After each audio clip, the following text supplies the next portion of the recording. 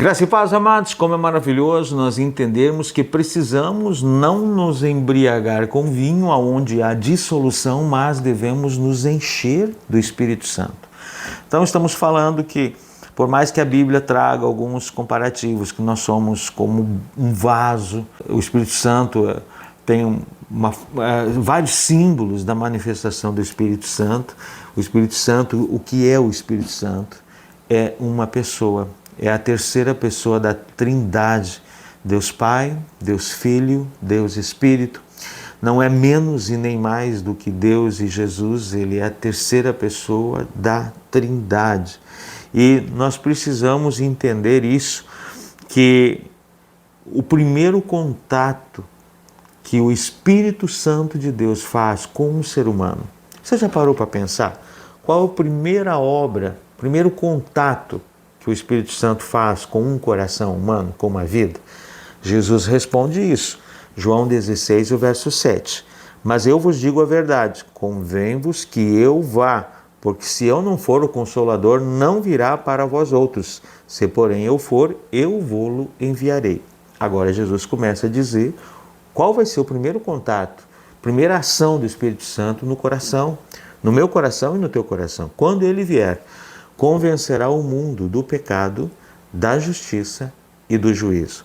Do pecado porque não crê em mim, da justiça porque vou para o Pai e não me vereis mais, do juízo porque o príncipe desse mundo já está julgado.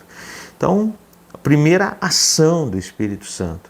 Todos nós, quando falamos no Espírito Santo de Deus, eu observo, as pessoas mudam, não, espiritualiza, né? Não, isso é sério. Agora, se eu não for convencido que eu sou um pecador pelo Espírito Santo, eu não vou ter o restante da obra do Espírito na minha vida. Então, a primeira ação do Espírito Santo num coração humano é nos convencer de que nós somos pecadores. Se isso já aconteceu na minha vida e na sua vida, amém. Agora o Senhor começa a nos convencer do segundo toque, o segundo passo, da sua justiça. E o Senhor nos leva ao convencimento do seu juízo. Então nós não discutimos, né, a justiça e o juízo de Deus, mas nós somos esclarecidos pelo Espírito Santo.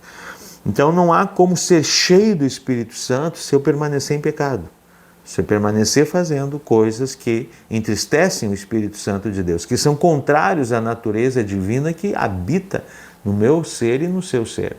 O primeiro ponto é esse, e que nós possamos ter essa consciência. Às vezes é muito comum hoje vivermos na prática do pecado e querermos ser cheios do Espírito Santo. Nós praticamos o pecado e buscamos o enchimento do Espírito Santo.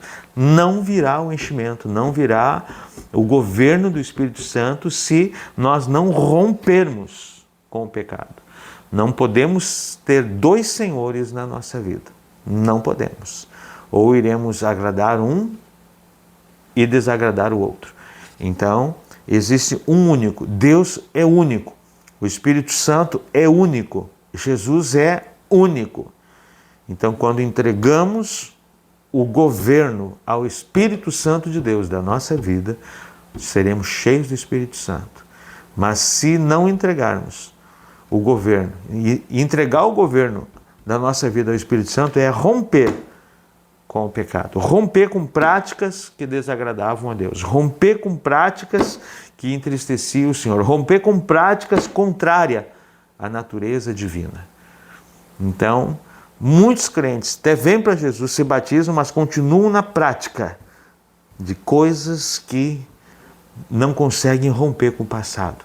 Nunca irão experimentar o que é ser cheio do Espírito Santo de Deus. Não há como ser cheio do Espírito Santo sem romper com práticas que desagradam ao Senhor.